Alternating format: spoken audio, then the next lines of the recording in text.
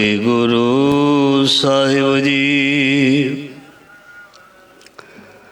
श्लोक पंच विकार मन में बसे।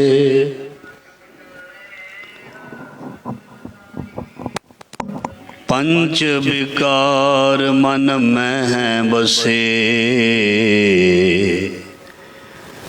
राचे माया संग। साध संग होए निर्मला, नानक प्रभ कै रंग। पौड़ी। पंचम पंच प्रधान ते जह जानियो परपंच। कुसुम बास बहु रंग घनो, सब मिथ्या बलवंच। नह जप नह बूझिय, नह कछ करत विचार। स्वाद मोह रस विद्यो, अज्ञान रच्यो संसार। जन्म मरण बहु जोन, परमन कीने कर्म अनेक। रचनहार नह सिमरियो, मन ना विचार बवे। पाओ भगत भगवान, संग माया लिपत न रंच। नानक बिरलै पाइयै, जो ना रचै परपंच। हाँ आया दूरों चल के, मैं तकीता सरनाए जियो। मैं असर की चित में, मेरा सब दुख गवाए जियो। ज़ारा हाजरा हजूर, सर्व कला भरपूर समर्थ गुरु। लोक परलोक दे रख्यक भगत वशल। ज्ञान दा सागर दसां पातशाहां दी भगतां दी प्यारियां दी जोत धन धन श्री गुरु ग्रंथ साहिब महाराज जी दी पावन पवित्र गोद हजूरी दे विच गुरु शब्द दे नाल जुड़ बैठी साध संगत जी, धनता दे योग भागे हो। गुरु महाराज जी ने समा जीवन श्वास उद्यम तंदुरुस्तियां बख्शियां हन और गुरु की गोद विच बहन का शुभ समा अवसर बख्शिया। अज धन धन भगत रविदास महाराज जी का प्रकाश गुरपुरब दिहाड़ा है। इस पावन गुरपुरब दियां आप सब संगत नूं वधाइयां होण जी।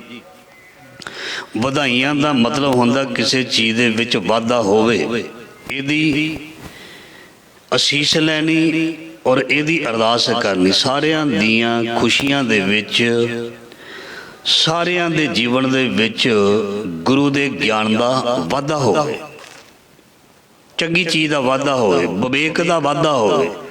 ये चीज़ हुंदा वधाइयां दा मतलब। होर कोई होर मतलब नहीं हुंदा भी तुहाडी जिंदगी दे विच भी बहुत खुशहाली आवे। खुशहाली नाम राही आवे ते बेस्ट है। सो आओ पहला लड़ीवार शब्द की विचार आरंभ करते हैं। उस तो बाद भगत रविदास महाराज जी की जो विचारधारा है, जो उन्होंने पूरने हैं, उहदे बारे असी शब्द की विचार ज़्यादा करांगे। सो जदों असी कथा सुनाई दी है फिर समा उहदे विच बहुत लग जाता है। असी विचारधारा साडे गुरुआं दी, साडे भगतां दी की है, सिक्ख्या की जां कह दईए, असी उहदे ते विचार करनी है। सो गुरु महाराज जी मेहर करन, दया करन, सानू विवेक बख्शन तां जो असी सुना पाइए और समझ पाइए। सो गुरु महाराज जी दी बख्शिश, मेहर, कृपा दा पात्र दुनिया दा हर बंदा बन सकता है। ध्यान देना, रब दी बख्शिश जिहड़ी है हर एक दे उपर है। गावन तुदनो पवन पानी वै संतर, गावे राजा धर्म द्वारे। रब की बख्शिश सब उपर, सब गा सकते हैं, सब जप सकते हैं, सब नूं कुदरत ने बराबर हक दिते हैं। सब नूं रब ने हक दिते हैं भी सारे ही गाओ, सारे ही गाओ, सारे ही गाओ। सो आओ शब्द की पंक्ति की आरंभता हुई है। श्लोक पंच विकार मन मह बसे, राचे माया संग, साध संग होए निर्मला, नानक प्रभ कै रंग। महाराज जी कहते ने मनुख जिहड़ा इस संसार दे विच जिहड़ा रह रहा है, ये पंजां दे अधीन है। ना चाहुंदियां होयां भी असीं किसे दे अधीन है। किसी नूं किसी दी राजनीति पसंद ना होवे, किसी दा राज पसंद ना होवे, हुण की करिए, उहदे अधीन आ, क्योंकि असीं उसनूं चुने है, असीं उहदे अधीन आ। अपनी स्टेट, अपने देश दे राजे दे असीं अधीन हुंदे हां, क्योंकि उसनूं असीं राजा बनाया है, उसनूं राजा बनाया। दुनिया सारा संसार रब दे अधीन ते है ही है, रब दे अधीन ते असीं सारे वैसे है ही नहीं। पर जो शब्द की पंक्ति आरंभ हुई है, असीं पंज चोर कह दईए, पंज विकार कह दईए, पंज दूत कह दईए, इन्हां दे भी अधीन हाँ।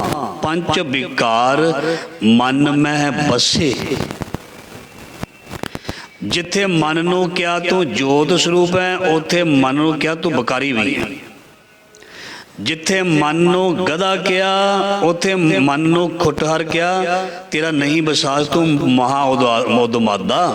खरका पैखर तो छुटे जो ऊपर लादा, जिवें गधे दी पिछली लत्त दे नाल अगली लत्त नूं रस्सी नाल बन दिता जांदा है, वो दलत्ती नहीं मारदा। मन नूं खुटहर, मन नूं प्यारा, मन नूं चोर, मन नूं दुष्ट, मन नूं जोत, ये सब कुछ मन नूं ही किया। जिवें तुसीं सरवण करदे हो, सारी बाणी मन नूं ही संबोधन है, क्योंकि शरीर 10 20 50 100 या 150 साल, ते जिहड़ा मन है ये सदा ही है।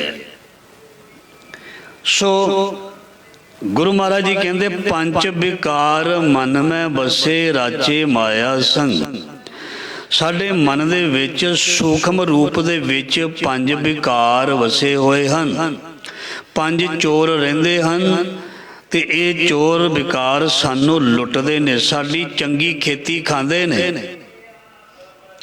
साडी नाम दी कमाई नूं खा जांदे हन, मारदे ने सानू रोज, कुटदे ने सानू रोज, मारे लुटै नीत नीत रोज कुटदे ने। जदों बंदा क्रोध विच हो के घर विच झगड़ा करदा, की हुंदा है? ये पंजां दे विचों क्रोध लुट रहा है। जदों कोई वासना का शिकार होके किसी दी धी भैन नूं मैली निगाह नाल देखदा, कई बार नौजवान लड़ाइयां भी कर लैंदे ने, इहदा मतलब चोर ने उस नूं बिल्कुल अपनी पकड़ विच लै आंदा। मतलब पंच विकार मन में वसे। लोभी बारे तुसीं कल बहुत सुन लिया सी। काम क्रोध लोभ मोह, मोह केवल संसार दे पदार्थां दा नहीं, उन्हां जियां दा भी है जिन्हां दे विच असीं विचरदे हां। पंच विकार इस मन, पंच विकार मन में बसे, राचे माया संग ते अहंकार। काम क्रोध लोभ मोह अहंकार, ये भी बीमारी है। सो महाराज जी कहते ये सारे जिहड़े ने साडे अंदर रहिंदे ने, ते ये अपना जलवा दिखांदे जरूर ने, दिखांदे जरूर ने। ध्यान देना, क्लास दे विच ना मास्टर नहीं आया हुंदा ते न्याणिਆਂ ने रौला खौरू पाया हुंदा। ध्यान देना, बच्चों की क्लास दे विच जदों टीचर ना आया होवे, तुसीं खास करके देखना साडे समय जां तुहाडे समय रौला बड़ा पैंदा सी। जदों टीचर मास्टर ਕਲਾਸ ਦੇ ਅੰਦਰ ਐਂਟਰ ਹੋ ਜਾਂਦਾ ਸੀ, ਸਾਰੇ ਪਾਸੇ ਚੁੱਪ, ਸਾਰੇ ਸ਼ਾਂਤ। ਵਸ ਦੇ ਅੰਦਰ ਚੋਰ ਸਾਡੇ ਹਨ, ਰੌਲਾ ਇਹਨਾਂ ਨੇ ਪਾਇਆ, ਇਹਨਾਂ ਨੇ ਘਰ ਨੂੰ ਸਿਰ ਤੇ ਚੁੱਕਿਆ ਹੋਇਆ। ਪਰ ਜਦੋਂ ਮਹਾਰਾਜ ਆਉਂਦੇ ਆ ਨਾ, ਜਦੋਂ ਗੁਰੂ ਦਾ ਮਹਾਰਾਜ ਸ਼ਬਦ ਦਾ ਡੰਡਾ ਲੈ ਕੇ ਘੁੰਮਦੇ ਆ ਨਾ, ਫਿਰ ਇਹ ਸਹਿਮ ਕੇ ਬਹਿ ਜਾਂਦੇ ਨੇ। ਨਾਲ ਨਰਾਇਣ ਮੇਰੇ ਜਮਦੂਤ ਨਾ ਆਵੇ ਨੇੜੇ। ਜਦੋਂ ਮਹਾਰਾਜ ਜੀ ਆਉਂਦੇ ਨੇ ਫਿਰ ਇਹ ਸੌਂ ਜਾਂਦੇ ਨੇ, ਫਿਰ ਭਜਦੇ ਨੇ। ਤੇ ਜਦੋਂ ਮਹਾਰਾਜ ਜੀ ਦਾ ਨਾਮ ਵਿਸਰਦਾ ਇਹ ਫਿਰ ਸ਼ੇਰ ਬਣ ਜਾਂਦੇ ਨੇ। ਮਹਾਰਾਜ ਜੀ ਬਾਣੀ 'ਚ ਲਿਖਦੇ ਨੇ, ਜਦੋਂ ਮਹਾਰਾਜ ਜੀ ਦਾ ਨਾਮ ਅੰਦਰੋਂ ਜਾਂਦਾ ਨਾ, ਇਹਦਾ ਮਤਲਬ ਗੁਰੂ ਫਿਰ ਸਾਡੇ ਤੋਂ ਦੂਰ ਹੋ ਗਿਆ। ਫਿਰ ਕੀ ਹੁੰਦਾ? ਕਤਕ ਕਰਮ ਕਮਾਵਨੇ ਦੋਸ਼ ਨ ਕਹੂੰ ਜੋਗ, ਪਰਮੇਸ਼ਰ ਤੇ ਭੁੱਲਿਆ ਵਿਆਪਨ ਸਭੇ ਰੋਗ। ਤੂੰ ਵਿਸਰੈ, ਤੂੰ ਵਿਸਰੇ ਤੇ ਤਾਂ ਸਭ ਕੋ ਲਾਗੂ। ਜਦੋਂ ਰੱਬ ਤੈਨੂੰ ਵਿਸਰੇਗਾ ਤਾਂ ਸਾਰੀਆਂ ਚੀਜ਼ਾਂ ਲਾਗੂ ਹੋਣਗੀਆਂ। ਇਹ ਪੰਜਾਂ ਛੇਰਾਂ ਨੇ ਆ ਜਾਣਾ। ਬੁਰਾਈ ਹੋਈ ਸ਼ੇਰ, ਇਹ ਆ ਕੇ ਖੜ ਜਾਣਗੇ ਤੈਨੂੰ ਲੁੱਟਣ ਦੇ ਲਈ, ਤੈਨੂੰ ਪਰੇਸ਼ਾਨ ਕਰਨ ਦੇ ਲਈ। ਇਸ ਕਰਕੇ ਇਹਨਾਂ ਨੂੰ ਕੰਟਰੋਲ ਵਿੱਚ ਕਰਨ ਦੇ ਲਈ ਗੁਰੂ ਦੇ ਸ਼ਬਦ ਤੋਂ ਵੱਡੀ ਹੋਰ ਕੋਈ ਚੀਜ਼ ਨਹੀਂ ਹੈ। ਇਸ ਕਰਕੇ ਹੀ ਅਸੀਂ ਸ਼ਬਦ ਦਾ ਆਸਰਾ ਲੈਂਦੇ ਹਾਂ, ਗੁਰੂ ਦਾ ਆਸਰਾ ਲੈਂਦੇ ਹਾਂ। ਗੁਰੂ ਸ਼ਬਦ ਹੈ। ਚਿਤ ਚਰਨ ਕਮਲ ਕਾ ਆਸਰਾ, ਚਿਤ ਚਰਨ ਕਮਲ ਸੰਗ ਜੋੜੀ ਹੈ। ਮਨ ਲੋਚੈ ਬੁਰਾਈਆਂ ਗੁਰ ਸ਼ਬਦੀ, ਇਹ ਮਨ ਹੋੜੀ ਹੈ। ਪੰਜ ਵਿਕਾਰ ਮਨ ਮੈਂ ਵਸੇ, ਰਾਚੇ ਮਾਇਆ ਸੰਗ। ਮਹਾਰਾਜ ਜੀ ਕਹਿੰਦੇ ਇਹਨਾਂ ਨੇ ਇਸ ਨੂੰ ਏਦਾਂ ਆਪਣੇ ਨਾਲ ਰਲਾ ਲਿਆ, ਇਹਨਾਂ ਨੇ ਆਪਣੇ ਰੰਗ ਵਿੱਚ ਇੰਨਾ ਰੰਗ ਲਿਆ ਤਾਂ ਇਸ ਨੂੰ ਭੁਲੱਕੜ ਬਣਾ ਦਿੱਤਾ ਵੀ ਤੂੰ ਜੋਤ ਹੈ। ਨਸ਼ਈਆਂ ਦੀ ਸੰਗਤ ਕਰਕੇ ਨਸ਼ਈ ਬੱਚੇ ਨੂੰ ਭੁੱਲ ਜਾਂਦਾ, ਮੇਰੇ ਮਾਂ ਬਾਪ ਕਿੰਨੇ ਇੱਜ਼ਤਦਾਰ ਨੇ ਤੇ ਮੇਰਾ ਕਿੰਨਾ ਉੱਚਾ ਖਾਨਦਾਨ ਹੈ। ਨਸ਼ਈ ਨੌਜਵਾਨ ਜਦੋਂ ਨਸ਼ੇ, ਡਰੱਗ ਦੇ ਵਿੱਚ, ਸ਼ਰਾਬਾਂ ਦੇ ਵਿੱਚ, ਜੂਏ ਦੇ ਵਿੱਚ ਲੱਗ ਜਾਂਦੇ ਨਾ, ਉਹ ਭੁੱਲ ਜਾਂਦੇ ਨੇ ਸਾਡਾ ਤੇ ਖਾਨਦਾਨ ਬਹੁਤ ਉੱਚਾ ਹੈ। ਪਰ ਤੂੰ ਦਾਗ ਲਾਉਣ ਵਾਲਾ ਆ ਗਿਆ। ਕਿਉਂ? ਤੂੰ ਸੰਗਤ ਗਲਤ ਕਰ ਲਈ। ਸੋ ਮਹਾਰਾਜ ਜੀ ਕਹਿੰਦੇ ਇਹ ਪੰਜਾਂ ਨੇ ਇਸ ਪ੍ਰਕਾਰ ਇਸ ਨੂੰ ਦਬਾਇਆ, ਦਬੋਚਿਆ। ਇਹਨੂੰ ਜੋਤ ਬਾਰੇ ਗਿਆਨ ਹੀ ਨਹੀਂ ਹੋਣ ਦਿੱਤਾ ਵੀ ਮਨ ਤੂੰ ਜੋਤ ਸਰੂਪ ਹੈ ਆਪਣਾ। ਮੂਲ ਪਛਾਣ ਤੇਰੇ ਬਾਪ ਨੇ ਤੈਨੂੰ ਸਿੱਖਿਆ ਦੇ ਕੇ ਇੱਥੇ ਭੇਜਿਆ ਸੀ। ਇਹਾਂ ਖੜ ਚਲੋ ਹਰਲਾ ਅੱਗੇ ਬਸਨ ਸਹੇਲਾ, ਵੀ ਇਸ ਜੱਗ ਦੇ ਵਿੱਚ ਤੂੰ ਕਰਮ ਦੀ ਖੇਤੀ ਕਰਨੀ ਹੈ। ਤੂੰ ਹੋਰ ਕੋਈ ਕੰਮ ਨਹੀਂ ਕਰਨਾ, ਕਰਮਾਂ ਦੀ ਖੇਤੀ ਕਰਨੀ। ਤੂੰ ਕੀ ਕਰਨ ਲੱਗ ਗਿਆ? ਤੂੰ ਭੋਗਣ ਲੱਗ ਪਿਆ। ਜਿਹੜੀ ਚੀਜ਼ ਤੈਨੂੰ ਚੰਗੀ ਲੱਗੀ ਉਹਨੂੰ ਰੱਜ ਛਕਿਆ, ਰੱਜ ਮਾਣਿਆ, ਰੱਜ ਸਪਰਸ਼ ਕੀਤਾ ਤੇ ਤੂੰ ਬੇਕਾਰੀ ਹੋਰ ਨਿਬੜਿਆ। ਬੜੀ ਵਾਰੀ ਸਰਵਣ ਕੀਤਾ। ਭੋਗਾਂ ਤੋਂ ਬਾਅਦ ਰੋਗ ਪੈਦਾ ਹੁੰਦੇ ਨੇ। ਆਪੀ ਨੇ ਭੋਗ ਕੇ ਹੋਏ ਭਸਮਣ ਭੌਰ ਸਦਾਇਆ।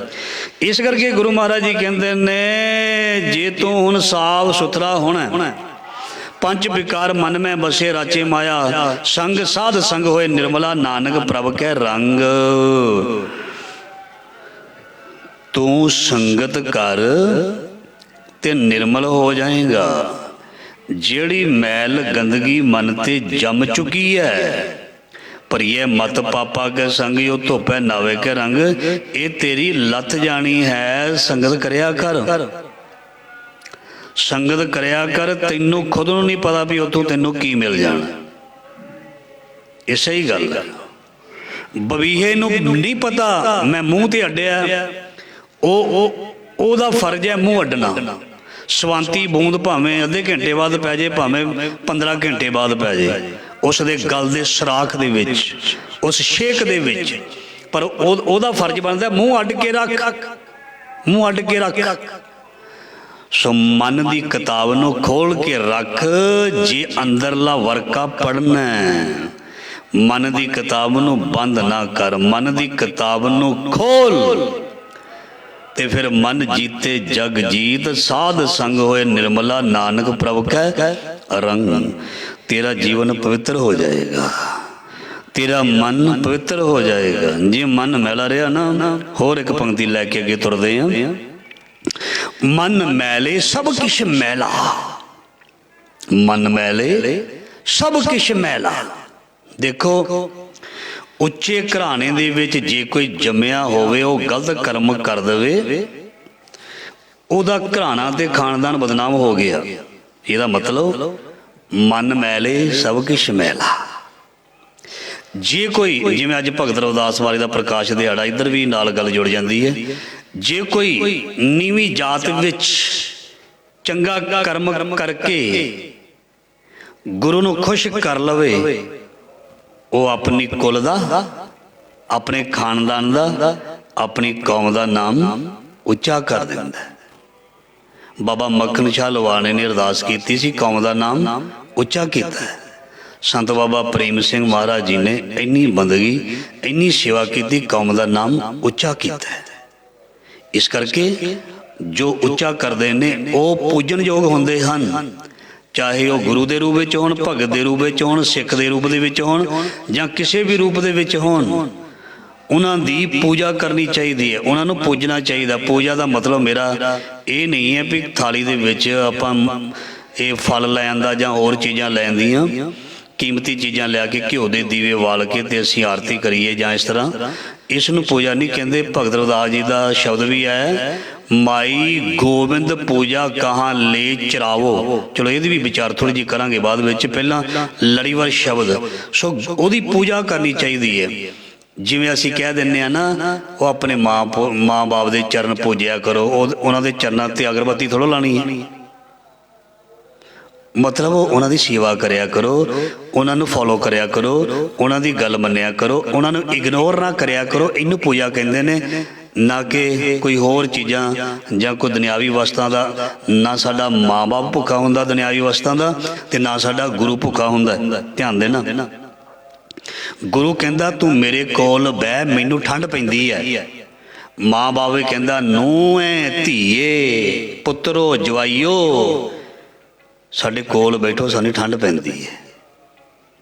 ਉਹ ਉਹਨਾਂ ਕੋਲ ਕਿਸੇ ਚੀਜ਼ ਦੀ, ਲੋਕ ਤੇ ਬਹੁਤ ਅਰਬਾਂ ਕਰੋੜਾਂ ਪਤੀ ਨੇ, ਉਹ ਰਿਸ਼ਤੇ ਮੰਗਦੇ ਨੇ, ਮਤਲਬ ਉਹ ਪਿਆਰ ਚਾਹੁੰਦੇ ਨੇ। ਪਿਆਰ ਪੂਜਾ ਹੈ।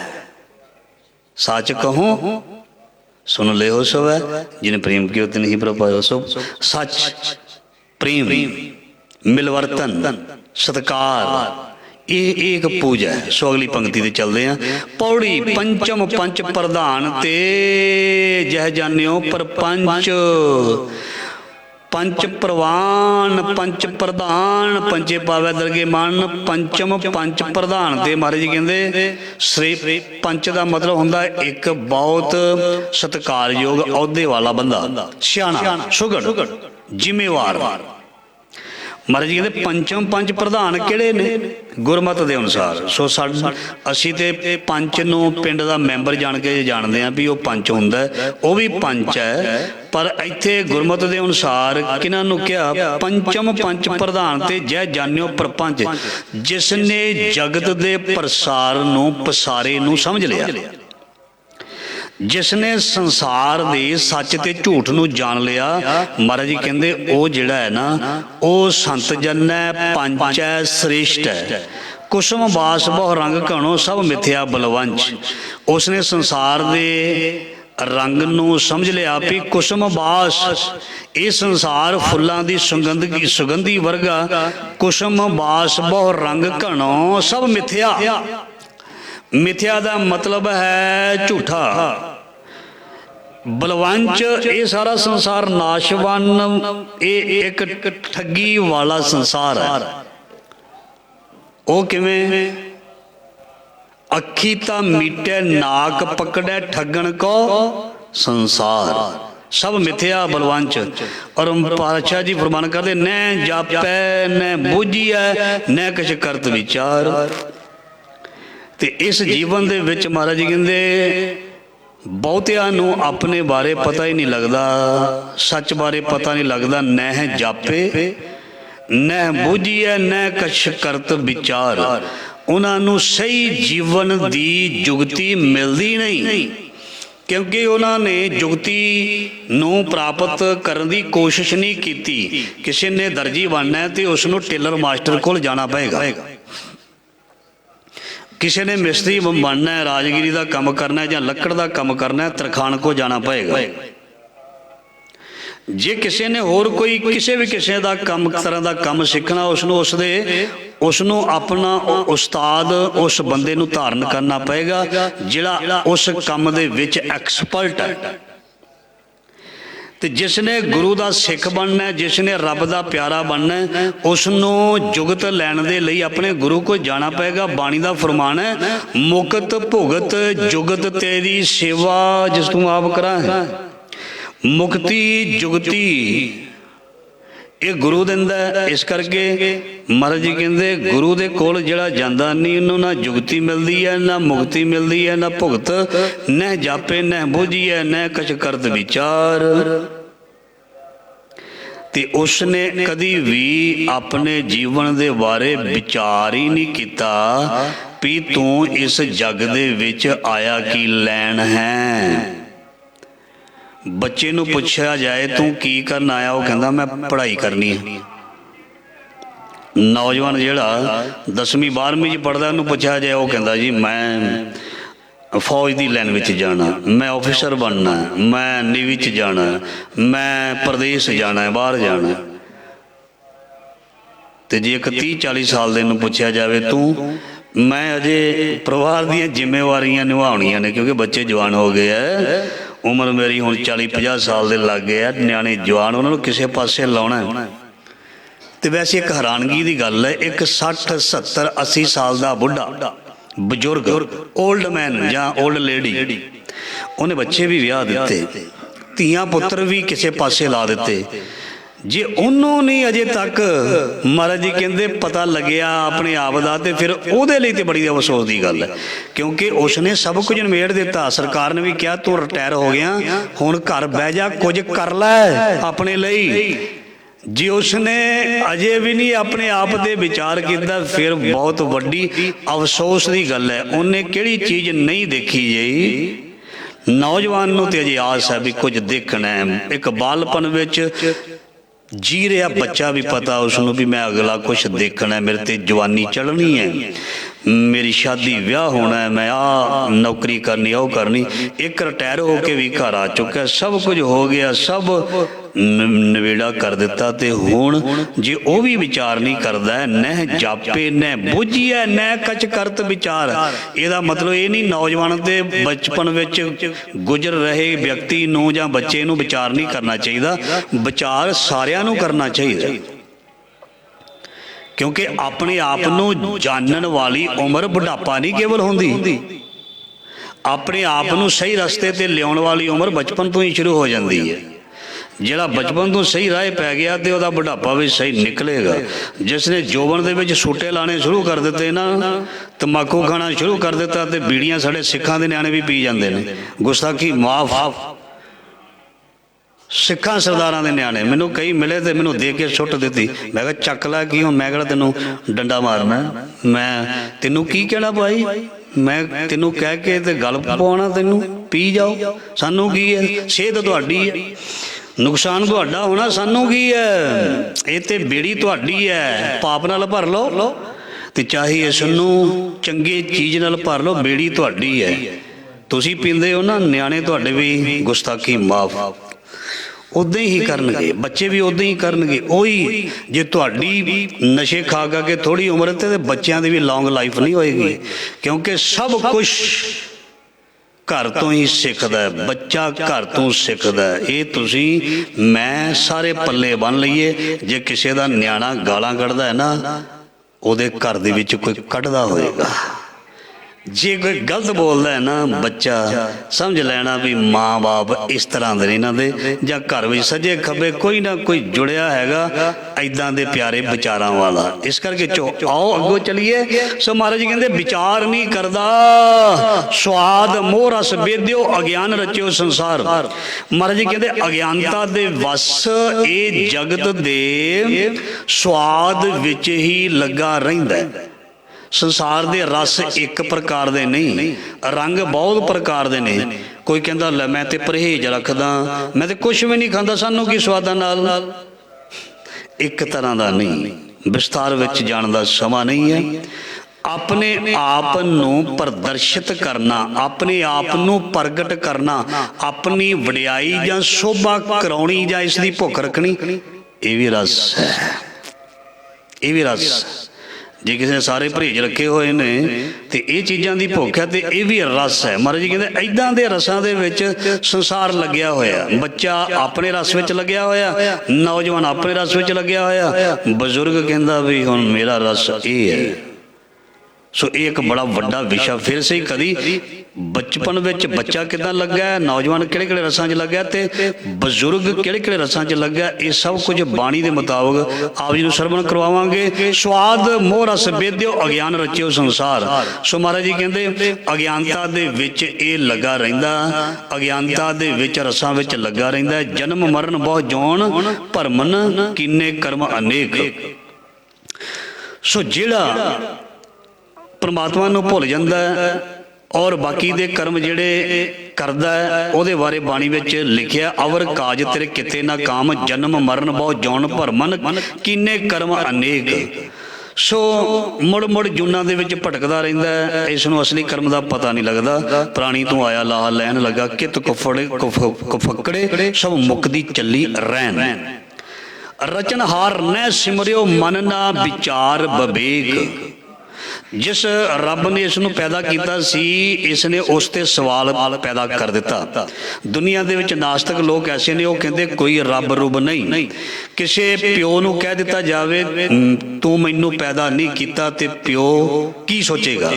ध्यान देना, जो बच्चा अपने प्यो नूं कह दे तुसी मैनू पैदा नहीं किया, अपनी माँ नूं कह दे तू मैनू पैदा नहीं किया, वो माँ वो पिता दा मन कितना दुखी हुंदा है। ते जिहड़ा अज्ञानी पुरख इदां कह दवे भी मैं किसी रब रुब नूं नहीं मनदा, मैनू ते किसी ने पैदा नहीं किया, मैं तो इस तरीके नाल पैदा होया। किसी बंदे नूं आखो भी कल शामी ना एक दलील जही है, कल शामी ना उत्थे ग्राउंड सी, एक ग्राउंड जदों मैं सवेरे देखिया तो 5 मंजिली इमारत बन गई। तो उन्होंने कहो भी 5 मंजिली इमारत ना आपे ही राती बन गई। वो कहेगा मूर्ख है तू, 5 मंजिली इमारत पहली गल तो रात बन नहीं सकती, जे बन भी जाए ये मिस्त्री बनाउणगे, कारीगर बनाउणगे, आर्कीटैक्ट बनाउणगे, अपने आप किद्दां बन गई? जे एक 5 मंजिली कोई 10 मरले विच एक इमारत अपने आप नहीं बन सकती, मूर्खा एडा वड्डा संसार किवें बन जाऊगा? इत्थों नहीं तैनूं पता लगदा? जिसने एडा वड्डा संसार बनाया उन्होंने कहते हैं करता पुरख, तेनों मनना पएगा, तेनों मनना पेगा। तू कहना घर मैं बनाया, कोठी मैं बनाई, दुकाना मैं लईयां, रजिस्ट्री जमीनां दी मैं कराई, वो भी कह दिया कर किसी होर ने कराई, वो तो मैं कराई, वो तो मैं कराई, बच्चों मैं पालिया, इन्हों इधर उधर मैं लाया, ते तैनू किसी ने नहीं किसी पासे लाया जां पैदा किया, तैनू भी पैदा करन वाला ओ मालक है, उसनों मन्निया कर। रचनहार न सिमरियो मन ना विचार बवेक। ये महाराज कहते अपनी बुद्धि दे नाल कदी विचार नहीं किया भी तैनू बनाउण वाला कौन है। आखिरी पंक्ति भाओ भगत भगवान संग माया लिपत ना रंच। जिहड़े रब नाल भगवान नाल प्रेम करते हैं वो माया दे विच, माया मतलब संसार दे रंगां दे विच महाराज कहते डुबदे नहीं। भाओ भगत भगवान जिन्हां ने प्रेम भगवान नाल कीता, संग माया लिपत ना रंच, उन्हां ते माया प्रभाव नहीं पा सकती। नानक बिरले पाई है जो ना रचे प्रपंच।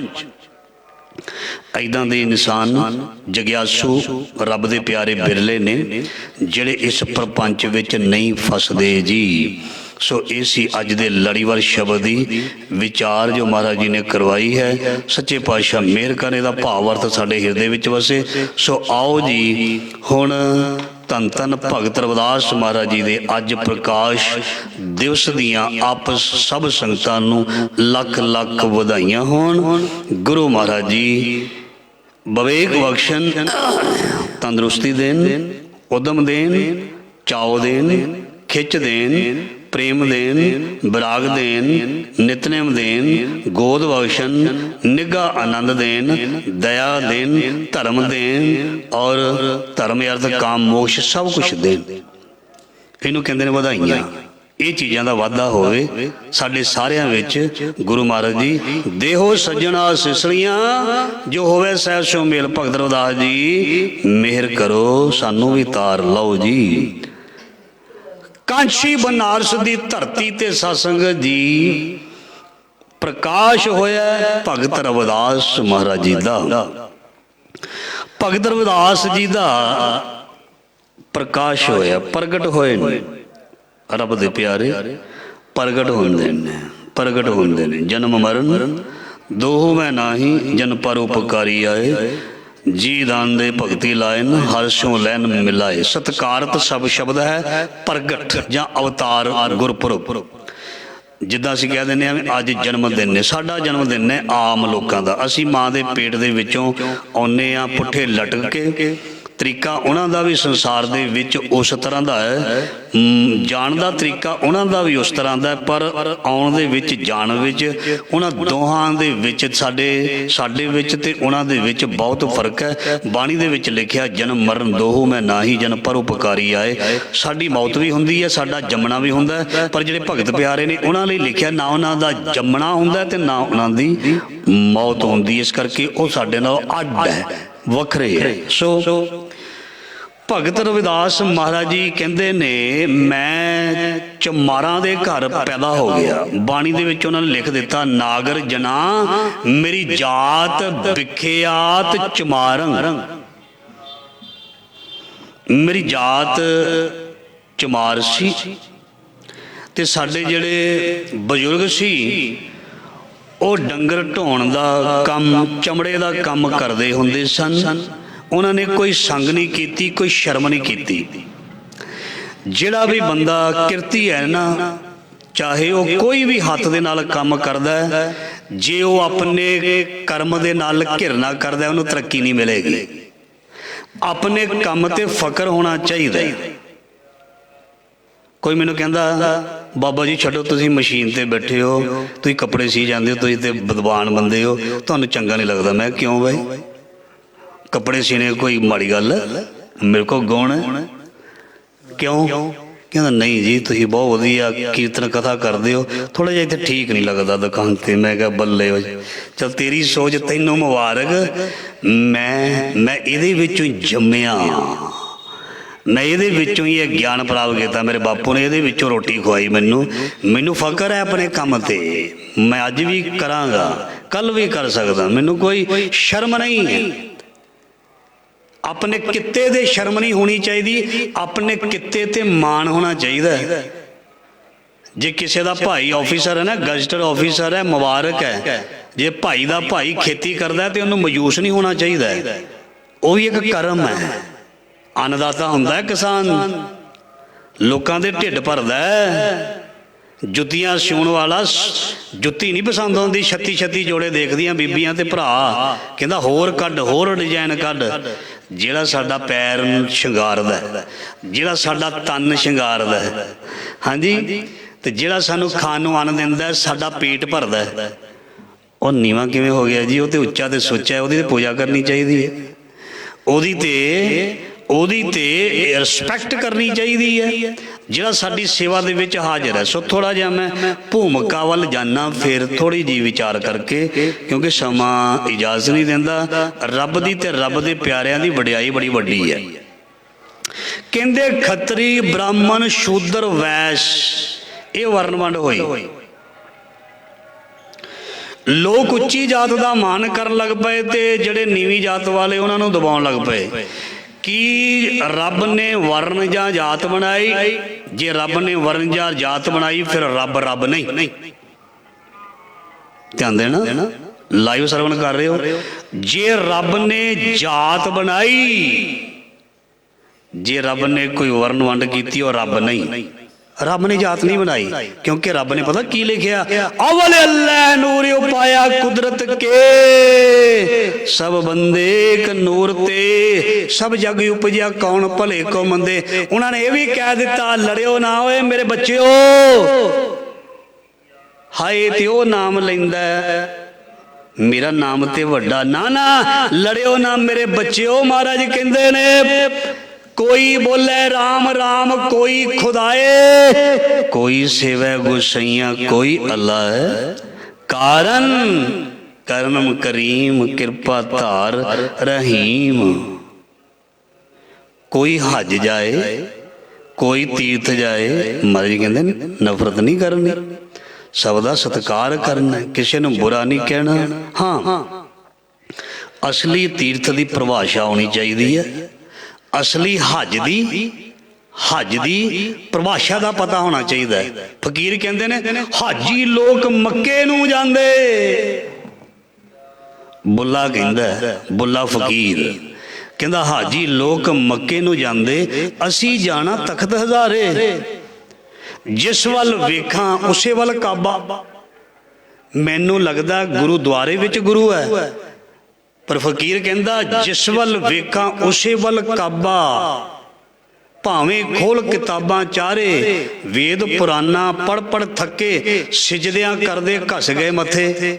ਨਾ ਰੱਬ ਤੀਰਥ ਨਾ ਰੱਬ ਮੱਕੇ, ਜਿਨ ਪਾਇਆ ਤਿਨ ਨੂਰ ਅਵਨਾਰ, ਇਸ਼ਕ ਦੀ ਨਵੀਂ ਨਵੀਂ ਬਹਾਰ। ਜਿਸ ਨੇ ਪਾਇਆ ਅੰਦਰੋਂ ਪਾਇਆ, ਇਸ਼ਕ ਹਕੀਕੀ ਦੇ ਨਾਲ ਪਾਇਆ। ਉਹਨੇ ਅੰਦਰੋਂ ਇਸ਼ਕ ਦੇ ਨਾਲ ਪਾਇਆ। ਆਸਾ ਦੀ ਵਾਰ ਦੇ ਵਿੱਚ ਇਸ਼ਕ ਲਫ਼ਜ਼ ਬਾਰੇ ਬਹੁਤ ਕੁਝ ਲਿਖਿਆ। ਸੋ ਅਸੀਂ ਵਿਚਾਰ ਕਰਨੀ ਭਗਤ ਰਵਿਦਾਸ ਜੀ ਦੀ, ਇੱਕ ਨਹੀਂ ਆਸਕੀ ਬਾਣੀ ਦੇ ਵਿੱਚ ਲਿਖਿਆ। ਸੋ ਭਗਤ ਰਵਿਦਾਸ ਜਿਹੜੇ ਨੇ ਉਹ ਸ਼ੂਦਰ ਜਾਤੀ ਦੇ ਵਿੱਚ ਪੈਦਾ ਹੋਏ। ਰੱਬ ਨੇ ਜ਼ਾਤ ਨਹੀਂ ਬਣਾਈ, ਜੇ ਬਣਾਈ ਤੇ ਉਹ ਰੱਬ ਨਹੀਂ। ਫਿਰ ਬਣਾਈ ਕਿੰਨੇ? ਜਿਹੜਾ ਜੋੜਦਾ ਉਹ ਸਿਆਣਾ, ਕਿ ਜਿਹੜਾ ਵੰਡ ਕਰਦਾ ਉਹ ਸਿਆਣਾ? ਸਿਆਣਾ ਉਹ ਜਿਹੜਾ ਸਭ ਨੂੰ ਬਰਾਬਰਤਾ ਦਿੰਦਾ। ਜਿਹੜਾ ਬਰਾਬਰ ਨਹੀਂ ਵੰਡਦਾ ਨਾ, ਦੋ ਭਰਾਵਾਂ ਦੇ ਵਿੱਚ ਲੜਾਈ ਕਰਾਉਣੀ ਹੋਵੇ ਨਾ, ਮੂਰਖ ਪਤਾ ਕੀ ਕਰਦੇ ਨੇ, ਕਿਸੇ ਨੂੰ ਘੱਟ ਦਵਾ ਦਿੰਦੇ ਨੇ, ਕਿਸੇ ਨੂੰ ਵੱਧ ਦਵਾ ਦਿੰਦੇ ਨੇ, ਆਪੇ ਲੜਾਈ ਪੈ ਗਈ। ਜੇ ਤੁਸੀਂ ਸਾਰੀ ਵੰਡ ਬਰਾਬਰ ਕਰੋ ਤੇ ਆਪੇ ਭਾਈ ਭਾਈ ਇਕੱਠੇ ਰਹਿਣਗੇ। ਜਦੋਂ ਤੁਸੀਂ ਫੈਸਲਾ ਹੀ ਗਲਤ ਕਰ ਦਿੱਤਾ ਮੂਰਖਾ, ਤੇ ਫਿਰ ਉਹ ਵੀ ਲੜਦੇ ਰਹਿਣਗੇ ਤੇ ਤੇਰੀ ਮੂਰਖਤਾ ਵੀ ਸਾਹਮਣੇ ਆਏਗੀ। ਜਿਹੜਾ ਸਿਆਣਾ ਹੈ ਨਾ ਉਹ ਮਿਲਾਉਂਦਾ ਹੈ, ਉਹ ਜੋੜਦਾ ਹੈ, ਉਹ ਕੋਈ ਵੰਡ ਕਰਕੇ ਵਿਛੋੜਦਾ ਨਹੀਂ। ਇਸ ਕਰਕੇ ਜਿਸ ਨੇ ਵੰਡ ਕੀਤੀ ਹੋਏਗੀ ਉਹਨੂੰ ਸਿਆਣਾ ਨਹੀਂ, ਮੈਂ ਮੂਰਖ ਆਖਾਂਗਾ ਬਾਣੀ ਦੇ ਮੁਤਾਬਕ। ਉਹ ਸਿਆਣਾ ਨਹੀਂ ਹੈ ਜਿਸ ਨੇ ਭਿੰਨ ਭੇਦ ਪੈਦਾ ਕਰ ਦਿੱਤਾ, ਤੂੰ ਹੋਰ ਤੂੰ ਹੋਰ। ਗੁਰੂ ਨਾਨਕ ਮਹਾਰਾਜ ਜੀ ਨੇ ਪਰਾਂ ਮਾਰਿਆ ਸੀ ਚੱਕ ਕੇ, ਉਹ ਜਿਹੜਾ ਪਾਉਣ ਲੱਗੇ ਸੀ ਜਨੇਊ। ਕਹਿੰਦੇ ਪੰਡਤ ਜੀ ਤੇਰਾ ਤੇ ਜਨੇਊ ਵੀ ਇੱਕ ਤਰ੍ਹਾਂ ਦਾ ਨਹੀਂ ਹੈ, ਕਿਸੇ ਦੇ 2 ਧਾਗੇ ਕਿਸੇ ਦੇ 3 ਧਾਗੇ। ਕਹਿੰਦਾ ਜੀ ਫਿਰ ਵੱਖਰਾ ਵੱਖਰਾ ਹੈ ਨਾ ਵੈਸ਼ ਵਾਸਤੇ। ਗੁਰੂ ਨਾਨਕ ਮਹਾਰਾਜ ਜੀ ਕਹਿੰਦੇ ਮੈਨੂੰ ਦੱਸ ਇਹ ਕੋਈ ਕਿਹੜਾ ਪਾ ਸਕਦਾ ਹੈ? ਕਹਿੰਦੇ ਪੰਡਤ ਕਹਿੰਦਾ ਜੀ ਪਾ ਸਕਦੇ ਹੋ ਤੁਸੀਂ ਤੇ ਪਾਓ ਪਹਿਲਾਂ। ਕਹਿੰਦੇ ਮੈਨੂੰ ਪਹਿਲਾਂ ਇਹਦੀ ਇੰਪੋਰਟੈਂਸ ਦੱਸ, ਇਹ ਕੌਣ ਕੌਣ ਪਾ ਸਕਦਾ? ਕਹਿੰਦੇ ਖੱਤਰੀ ਪਾ ਸਕਦਾ। ਅੱਛਾ, ਵੈਸ਼ ਪਾ ਸਕਦਾ? ਹਾਂ। ਬ੍ਰਾਹਮਣ ਪਾ ਸਕਦਾ? ਹਾਂ। ਇੱਕ ਹੋਰ ਤੁਸੀਂ ਬਣਾਇਆ ਹੋਇਆ ਸ਼ੂਦਰ? ਕਹਿੰਦੇ ਜੀ ਉਹ ਤਾਂ ਨਹੀਂ ਪਾ ਸਕਦਾ। ਫਿਰ ਕਹਿੰਦੇ ਤੂੰ ਹੀ ਪਾ ਇਹਨੂੰ। ਜੇ ਗੁਰੂ ਨਾਨਕ ਦਾ ਪਿਆਰਾ ਮਰਾਸੀ, ਉਹਨੂੰ ਹੱਕ ਨਹੀਂ ਹੈ ਨਾ, ਆ ਲੈ ਪਿਆ ਤੇਰਾ ਇਹ 4 ਧਾਗਿਆਂ ਦਾ, 3 ਧਾਗਿਆਂ ਦਾ, 2 ਧਾਗਿਆਂ ਦਾ ਸੂਤਰ मैनू नहीं चाहिए, मैनू पता किहड़ा चाहिए। दया कपा संतोख सूद जत गंढी सत वट, इहो जनेऊ जी का आई तां पांडे घत छोटी उम्र दे विच ही चैलेंज कर दिता सी ये जात पात दे अभिमानियां नूं। गुरु नानक महाराज जी ने, महाराज जी कहंदे तुहाडी रवायत तुहाडी परंपरा मैं एक्सैप्ट नहीं करदा, मैं मंजूर नहीं करदा, इहदे विच भिन्न भेद है। जिथे सारिਆਂ ਨੂੰ बराबर हक दिता जाता है वह धर्म भी प्रफुल्लित होएगा, वह कौम भी शिखरां ते जाएगी। जिस धर्म दे विच शूद्र दी होर कैटागरी, वैश्य दी होर, खतरी दी होर, ब्राह्मण दी होर, वो सियाणे नहीं होणगे, वो सियाणे नहीं होणगे। सो एक सिंपल जी विचार दे नाल आपां समझण दा यतन करदे हां। एक खतरी ब्राह्मण शूद्र वैश्य ये बने किदां। एक लोगों का समूह लै लीए, कुछ लोगों का समूह, सपोज 100 बंदा इकट्ठा कर लीए, उन्होंने विचों कुछ बंदे कड्ढे जाण, जिवें ना टैसट लैंदे ने, टैसट लैंदे ने। जदों असीं जॉब लैनी है ना, जिहड़ा बंदा बड़ा लंबा उच्चा हुंदा ना, सौखी समझ लग जाएगी। बड़ा जवान होवे उहनूं आम ही लोग कहते तू पुलिस च भर्ती हो जा। तुसीं मर्चेंट नेवी या नेवी दे विच देखो, साढ़े अपने बड़े रिलेटिव ने, वो छोटे छोटे कद दे ने, पर उस नेवी दे विच ने। उत्थे ये नहीं देखते भी तेरी 6 फुट हाइट चाहिए है, उत्थे कहते तेरा दिमाग चाहिए।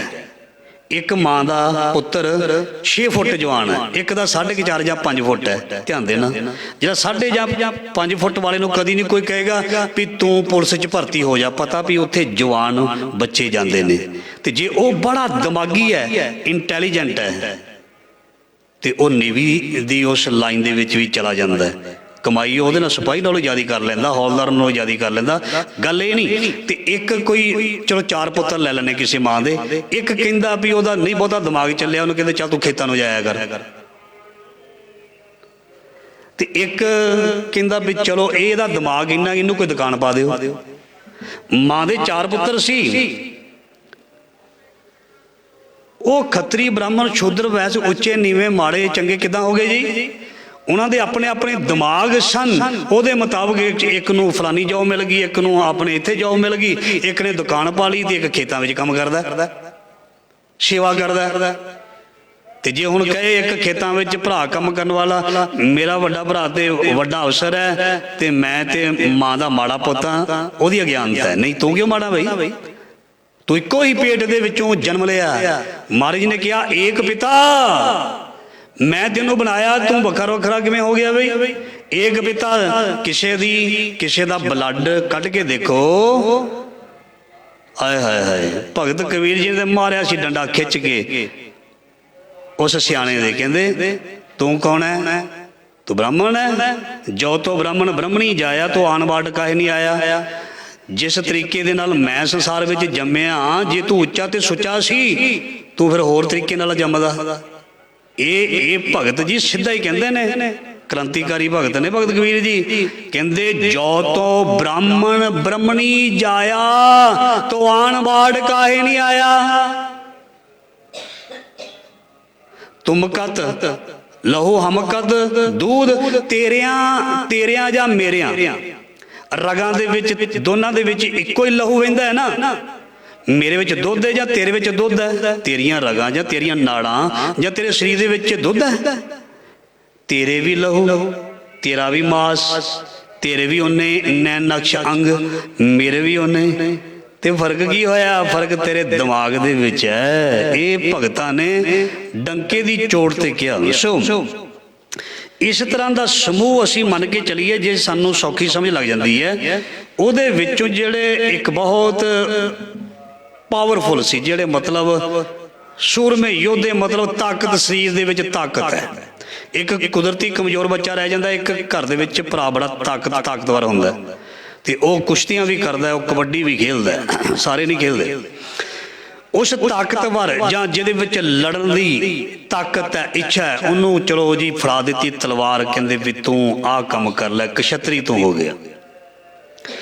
एक विद्या का जानकार सी, दिमाग उहदा बहुता सी, उन्होंने विद्या ते पढ़न दे लई, विद्या सिखाउण दे लई उहदी तय कर दी उस समूह दी। समूह दे विच चुन ले गए।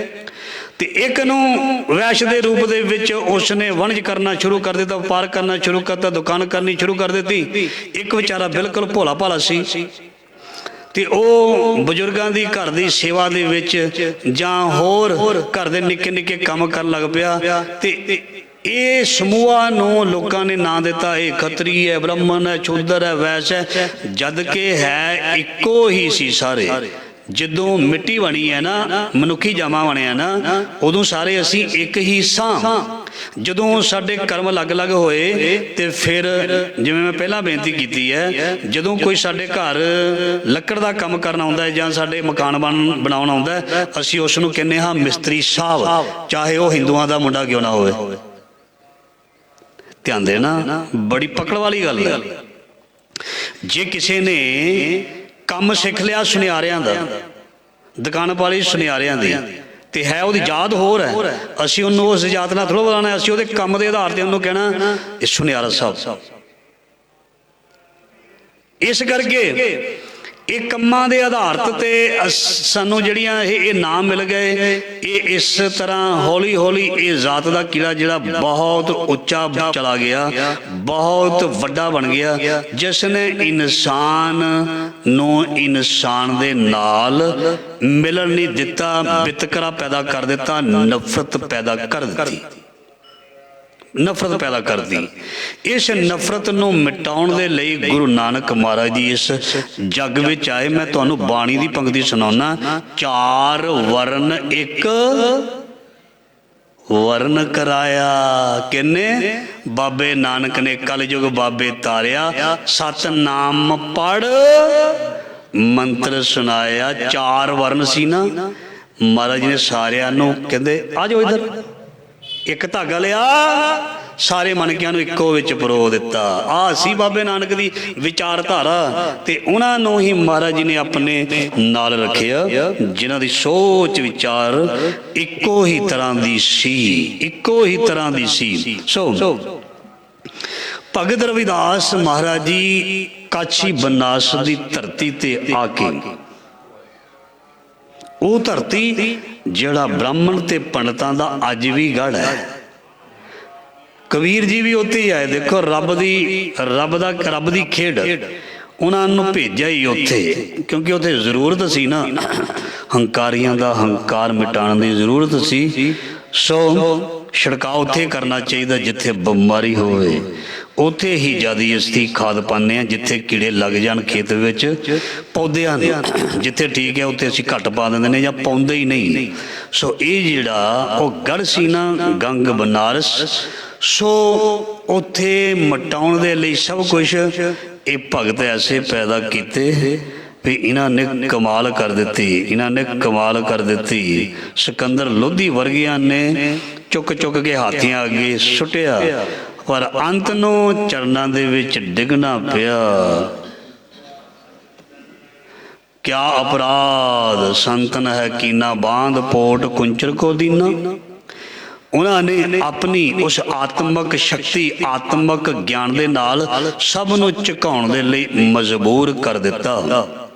ਸੋ ਭਗਤ ਰਵਿਦਾਸ ਮਹਾਰਾਜ ਜੀ ਦੇ ਜੇ ਜੀਵਨ ਨੂੰ ਦੇਖੀਏ ਤੇ ਉਹਨਾਂ ਦਾ ਜੀਵਨ ਜਿਹੜਾ ਹੈ ਉਹ ਬਹੁਤ ਹੀ ਕਮਾਲ ਦਾ ਹੈ। ਗੁਰੂ ਗ੍ਰੰਥ ਸਾਹਿਬ ਜੀ ਦੇ ਵਿੱਚ ਪਹਿਲਾ ਸ਼ਬਦ ਮਹਾਰਾਜ ਜੀ ਨੇ ਪਤਾ ਕਿਹੜਾ ਅੰਕਿਤ ਕੀਤਾ ਭਗਤ ਰਵਿਦਾਸ ਜੀ ਦਾ? ਪਹਿਲਾ ਸ਼ਬਦ, 40 ਸ਼ਬਦ ਨੇ ਉੱਦਾਂ, ਪਹਿਲਾ ਸ਼ਬਦ ਉਹਨਾਂ ਦਾ ਤੇ ਰੱਬ ਦਾ ਇੱਕ ਹੋਣਾ ਲਿਖਿਆ। ਫਸਟ ਸ਼ਬਦ ਕਿਹੜਾ ਲਾਇਆ ਗੁਰੂ ਗ੍ਰੰਥ ਸਾਹਿਬ ਦੇ ਵਿੱਚ? ਤੋਹੀ ਮੋਹੀ, ਮੋਹੀ ਤੋਹੀ ਅੰਤਰ ਕੈਸਾ। ਮਤਲਬ ਗੁਰੂ ਅਰਜਨ ਦੇਵ ਪਾਤਸ਼ਾਹ ਨੇ, ਸਾਡੇ ਸਤਿਗੁਰਾਂ ਨੇ ਇਹ ਦਰਸਾਉਣ ਦਾ ਯਤਨ ਕੀਤਾ। ਫਸਟ ਜਦੋਂ ਭਗਤ ਰਵਿਦਾਸ ਦਾ ਪਹਿਲਾ ਸ਼ਬਦ ਆਇਆ ਵੀ ਇਹ ਜਿਹੜੇ ਭਗਤ ਨੇ ਇਹ ਰੱਬ ਰੂਪ ਨੇ, ਰੱਬ ਵਰਗੇ ਨੇ।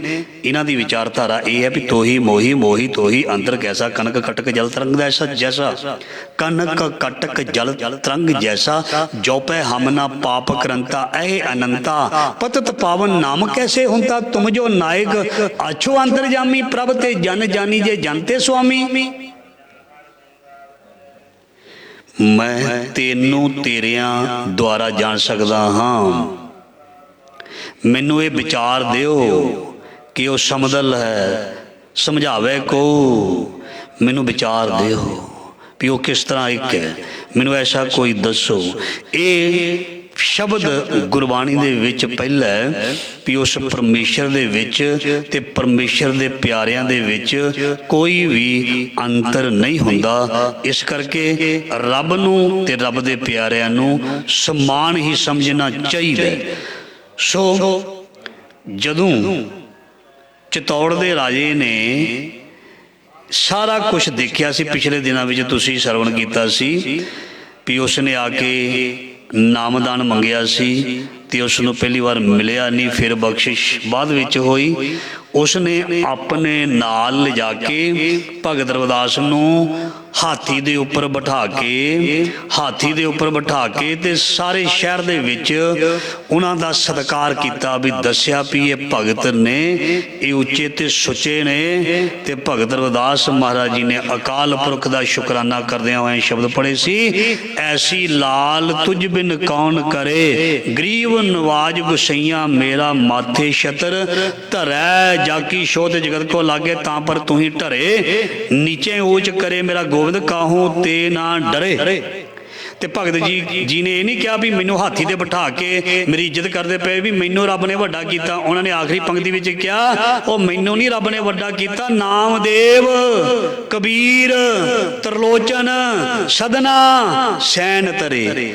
ਮਹਾਰਾਜ ਜੀ ਕਹਿੰਦੇ ਮੈਨੂੰ ਨਹੀਂ ਰੱਬ ਨੇ ਇਕੱਲਾ ਵੱਡਾ ਕੀਤਾ, ਇੱਥੇ ਨਾਮਦੇਵ ਜੀ ਵਰਗੇ, ਕਬੀਰ ਜੀ ਵਰਗੇ, ਇੱਥੇ ਤਰਲੋਚਨ ਵਰਗੇ, ਇੱਥੇ ਸਦਨਾ ਕਸਾਈ ਵਰਗੇ, ਇੱਥੇ ਸੈਨ ਨਾਈ ਵਰਗਿਆਂ ਨੂੰ ਵੀ ਉਸ ਰੱਬ ਨੇ ਉੱਚੇ ਕਰ ਦਿੱਤਾ। ਕਹਿ ਰਵਿਦਾਸ ਸੁਨੋਰੇ ਸੰਤੋ ਹਰ ਜੀਉ ਤੇ ਸਵੈ ਸਰੈ। ਸੋ ਮਹਾਰਾਜ ਜੀ ਕਹਿੰਦੇ ਨੇ ਉਹ ਪ੍ਰਮਾਤਮਾ ਸਭ ਕੁਝ ਕਰਨ ਦੇ ਸਮਰੱਥ ਹੈ। ਸੋ ਭਗਤ ਰਵਿਦਾਸ ਮਹਾਰਾਜ ਜੀ ਦਾ ਅੱਜ ਪ੍ਰਕਾਸ਼ ਦਿਹਾੜਾ ਹੈ। ਦੁਨੀਆ ਦੇ ਵਿੱਚ ਉਹਨਾਂ ਦੇ ਪ੍ਰਕਾਸ਼ ਨੂੰ, ਉਹਨਾਂ ਦੀ ਬਾਣੀ ਔਰ ਬਾਣੀ ਦੇ ਵਿੱਚ ਜਿਹੜੀ ਸਿੱਖਿਆ ਵਿਚਾਰਧਾਰਾ ਹੈ ਉਹਦੇ ਮੁਤਾਬਕ ਜਿਹੜਾ ਹੈ ਉਹ ਮਨਾਇਆ ਜਾਂਦਾ ਹੈ, ਉਹਨਾਂ ਨੂੰ ਯਾਦ ਕੀਤਾ ਜਾਂਦਾ ਹੈ ਤੇ ਉਹਨਾਂ ਦੇ ਸਿਰਜੇ ਹੋਏ ਸੋਹਣੇ ਸਮਾਜ ਦੇ ਬਾਰੇ ਜਿਹੜਾ ਹੈ ਉਹ ਵਿਚਾਰ ਕੀਤੀ ਜਾਂਦੀ ਹੈ। ਭਗਤ ਰਵਿਦਾਸ ਜੀ ਨੇ ਆਪਣੇ ਜੀਵਨ ਦੇ ਵਿੱਚ ਕਹਿੰਦੇ ਨੇ ਇੱਕ ਸੰਦੇਸ਼ ਦਿੱਤਾ ਰੱਬ ਦੇ ਬਾਰੇ, ਦਰਗਾਹ ਬਾਰੇ, ਜਾਂ ਸੱਚਖੰਡ ਕਹਿ ਲਓ, ਦਰਗਾਹ ਕਹਿ ਲਓ, ਰੱਬ ਦਾ ਘਰ ਕਹਿ ਲਓ। ਲੋਕਾਂ ਨੂੰ ਪਤਾ ਨਹੀਂ ਸੀ, ਲੋਕਾਂ ਨੂੰ ਦੱਸਿਓ, ਮੈਂ ਦੱਸਿਆ ਵੀ ਮੈਂ ਤੁਹਾਨੂੰ ਦੱਸ ਦਿੰਦਾ ਹਾਂ ਵੀ ਰੱਬ ਦਾ ਘਰ ਕੈਸਾ, ਰੱਬ ਦੇ ਘਰ ਦੇ ਵਿੱਚ ਕੀ ਕੀ ਹੁੰਦਾ ਹੈ, ਰੱਬ ਦੇ ਘਰ ਦੇ ਵਿੱਚ ਕੀ ਕੀ ਹੁੰਦਾ ਹੈ, ਰੱਬ ਦਾ ਘਰ ਕੈਸਾ। ਭਗਤ ਰਵਿਦਾਸ ਮਹਾਰਾਜ ਜੀ ਨੇ ਸਾਨੂੰ ਦੱਸਿਆ। ਭਗਤ ਰਵਿਦਾਸ ਮਹਾਰਾਜ ਜੀ ਨੇ ਸਾਨੂੰ ਕੀ ਦੱਸਿਆ, ਬੇਗਮਪੁਰਾ ਸ਼ਹਿਰ ਕੋ ਨਾਉ, ਦੁਖ ਅੰਦੋ ਨਹੀਂ ਤੈ ਠਾਓ। ਮਹਾਰਾਜ ਜੀ ਕਹਿੰਦੇ ਜਿਸ ਨੂੰ ਉਹ ਦਰਗਾਹ ਕਹਿੰਦੇ ਨੇ, ਸੱਚਖੰਡ ਕਹਿੰਦੇ ਨੇ, ਜਾਂ ਕੁਝ ਵੀ ਤੁਸੀਂ ਆਪਣੇ ਆਪਣੇ ਤੌਰ ਤੇ ਕਹਿੰਦੇ ਹੋ, ਉਹਦੇ ਬਾਰੇ ਮੈਂ ਤੁਹਾਨੂੰ ਦੱਸਦਾ। ਆਤਮਿਕ ਅਵਸਥਾ ਰਾਹੀਂ ਦੱਸਦੇ ਨੇ ਵੀ ਉਹ ਘਰ ਹੈ ਬੇਗਮ, ਮਤਲਬ ਜਿੱਥੇ ਗਮ ਕੋਈ ਨਾ ਹੋਵੇ, ਜਿੱਥੇ ਦੁੱਖ ਕੋਈ ਨਾ ਹੋਵੇ, ਜਿੱਥੇ ਚਿੰਤਾ ਕੋਈ ਨਾ ਹੋਵੇ, ਉਸ ਸ਼ਹਿਰ ਦਾ ਨਾਂ ਹੈ ਬੇਗਮਪੁਰਾ ਸ਼ਹਿਰ ਕੋ ਨਾਉ।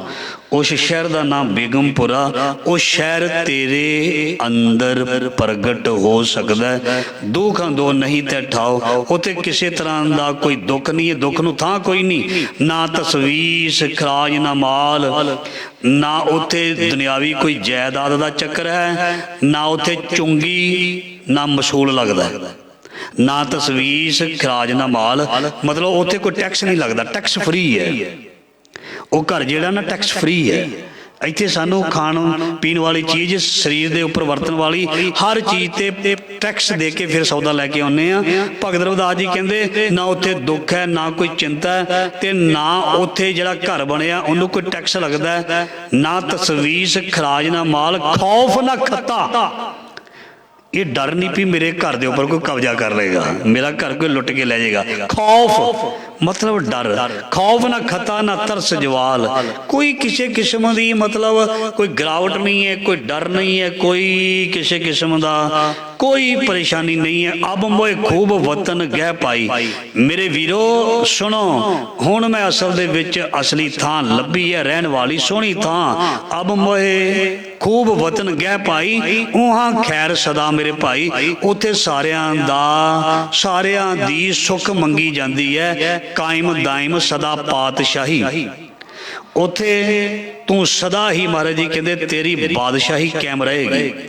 इस दुनिया दे विच अहुदे मिलते ने, कईयां नूं 5 साल दे लई, कई 60 साल दे विच रिटायर हो जाते हैं। 5-7 साल अहुदे दा निग मान के महाराज जी कहते उत्थे अहुदा सदीवी है।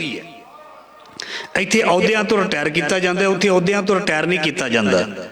ਇੱਥੇ कोई DSP बनता, कोई SSP बनता, वो कुछ समय लिए रहिंदा 5, 7, 10, 20 साल, वो तो बाद उसनों रिटायर कर दिता जाता भी तू घर जा, हुण तेरी जगह होर कोई आएगा। महाराज जी कहते उत्थे दे अहुदे, उत्थे दी पातशाही, उत्थे दी बरकत कायम दायम सदा पातशाही, सदा रहन वाली है, सदा टिकी रहन वाली है। उत्थे दा अहुदा सदा रहिंदा है। दो मन सेम 100 आही। उत्थे ये नहीं भी तू होर है, तू होर है, तू होर है। दो मना सेम 100 आही। उत्थे सारे इको ही समझे जाते हैं। उत्थे वखरे वखरे नहीं कैटागरियां बनाइया होइयां, उत्थे सारे ही रब दे भगत समझे जाते हैं। आवादान सदा मशहूर, वो शहर बड़ा उगा ते मशहूर वसदा है। वहाँ गणी बसै मामूर। उत्थे महाराज जी कहते भुखे बंदे नहीं, रजे हुए वसदे ने, संतोखी वसते ने। उहाँ गणी बसे मामूर। उत्थे बड़े अत आत्मक दर्जे दे लोग रहिंदे ने, बड़ी उच्ची सुच्ची सोच वाले लोग रहिंदे ने। उहाँ गणी बसे मामूर, त्यों त्यों सैल करे ज्यों भावै। उस आत्मक अवस्था दे शहर दे विच त्यों त्यों सैल करे ज्यों भावे। उस अवस्था दे विच आनंद विच रहिंदे ने। उत्थे रहिंदे होए महरम महल ना को अटकावै। वो सारे उस महल दे भेती हुंदे ने, ते उस महल दे विचों उन्हां नूं कोई कढ नहीं सकदा, ते जाण तों कोई रोक नहीं सकदा। अपने घर दे विच ते असीं चुपचाप भज के चला जांदे हां, दूजे घर दे विच असीं एंटर नहीं कर सकदे। ध्यान देना, अपने घर दे विच असीं अखां मीट के दरवाजा खड़काउंदे, खोल छेती। किसी दूजे के घर में जाके दिखाओ, वो नहीं खोलेगा। पर जिहड़ा वो बेगमपुर के शहर का वो घर है, महाराज जी कहते उस घर का दरवाजा खड़काने की जरूरत नहीं, सीधा ही जाएगा, तेन कोई रोक ही नहीं सकता, तेनों कोई रोक नहीं सकता। आखिरी पंक्ति कह रविदास खलास चमारा, जो हम शहरी सो मीत हमारा। महाराज जी कहते ये चमार जात नाल संबंधित मैं आखदा, जिहड़ा मेरे शहर का वासी है वो मेरा सज्जन है, जिहड़ा मेरे शहर का वासी है वो मेरा मीत है, वो मेरा प्यारा है। गुरु महाराज जी कहते ने जिहड़े गुरमत दे धारनी है ना, जन कहे नानक धूड़ मंगा तिस गुर सिख की जो आप जपै और नाम जपावै। जिन्हां ना बिसरे नाम से कन्हैया, वो किदां दे ने भेद ना जानो मूल साईं जिहा। वो रब वर्गे हुंदे ने। कबीर राम संत मैं भेद किश नाही, एक जन कई मैं लाख करोड़ी। सो भगत रविदास जी दे प्रकाश गुरपुरब दियां सब संगतां नूं लख लख वधाइयां होण, और महाराज जी ज्ञान दा प्रकाश देन, और साडे अंदर बरकतां पाउण, साडे अंदर नेम ते प्रेम दा वाधा करन। सब दा महाराज जी भला करन। भुलां चुकां दी खिमा फतेह बुलाओ जी। वाहिगुरू जी का खालसा, वाहिगुरू जी की फतेह।